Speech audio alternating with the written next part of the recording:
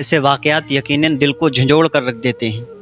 جب یہ واقعات سامنے آتے ہیں تو اس وقت جو ہے ایک بڑی فکر لاحق ہوتی ہے۔ ہمارے علماء مدارس اسلامیہ اپنی ذمہ داری نبھا رہے ہیں، اس کے باوجود بھی ایسے بہت سارے کیس دیکھنے کو ملتے ہیں۔ پچھلے کچھ سالوں کے اندر میرے خیال سے سب سے زیادہ کیس سامنے آئے ہیں وہ لڑکیاں جو دین سے وابستگی نہیں رکھتی ہیں، شریعت یافتہ نہیں ہیں، جن کے گھروں میں، جن کے معاشروں میں اسلام اور اسلامی قانون کی کوئی حقیقت نہیں ہے۔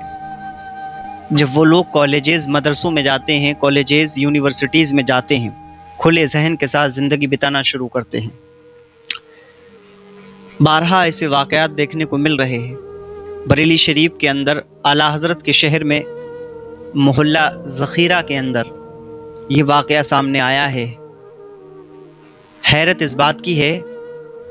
کہ اتنا سب کچھ ہو گیا، ایک اسلامی لڑکی، مسلمان لڑکی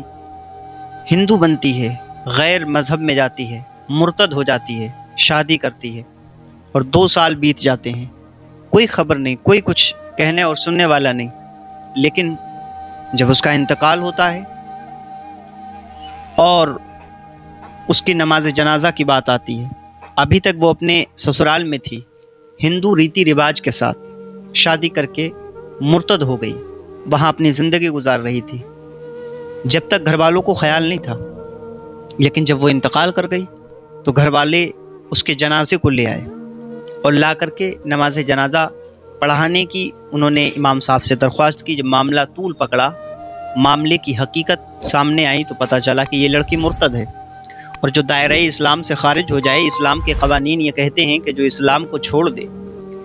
مرتد ہو جائے، تو پھر اس کی نماز جنازہ نہیں ہے، پھر اس کا اسلامی رشتہ باقی نہیں رہتا۔ اسلام کے جو قوانین ہیں، اسلام کے جو احکامات ہیں،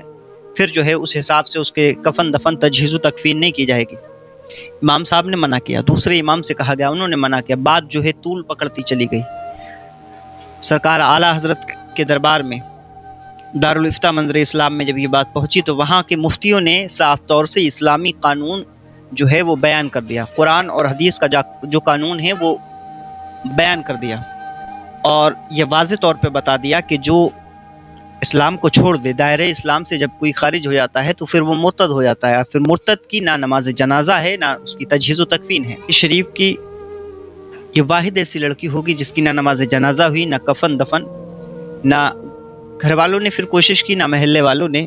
اس کو اپنے قبرستان میں دفنانے تک کی جگہ نہیں دی، ایک الگ جگہ اس کو دفن کر دیا گیا، کسی نے اس کی نماز جنازہ نہیں پڑھی۔ ہمارے عزیز مفتی خورشید عالم رضوی، شہر امام بریلی شریف جامع مسجد، انہوں نے اس واقعے کے جو معاملات تھے، جب میڈیا نے ان سے سوال کیا تو اس کو سامنے رکھا، انہوں نے شریعت کا واضح قانون جو ہے صاف طور سے انہوں نے لوگوں کے درمیان رکھ دیا، قرآن کے احکام کیا ہیں، قرآن اس بارے میں کیا کہتا ہے، انہوں نے بتا دیا۔ غور اور فکر یہ اس بات کی ہے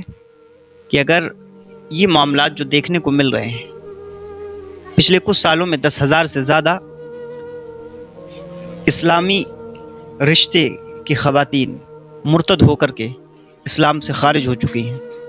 اور ان کے واقعات سننے کو ملتے ہیں، یا تو وہ کسی وجہ سے ان کی موت ہو جاتی ہے یا ان کو کوئی قتل کر دیتا ہے۔ سبق حاصل کرنا چاہیے ان لوگوں کو جو اسلام کی قوانین اور اسلام کی شریعت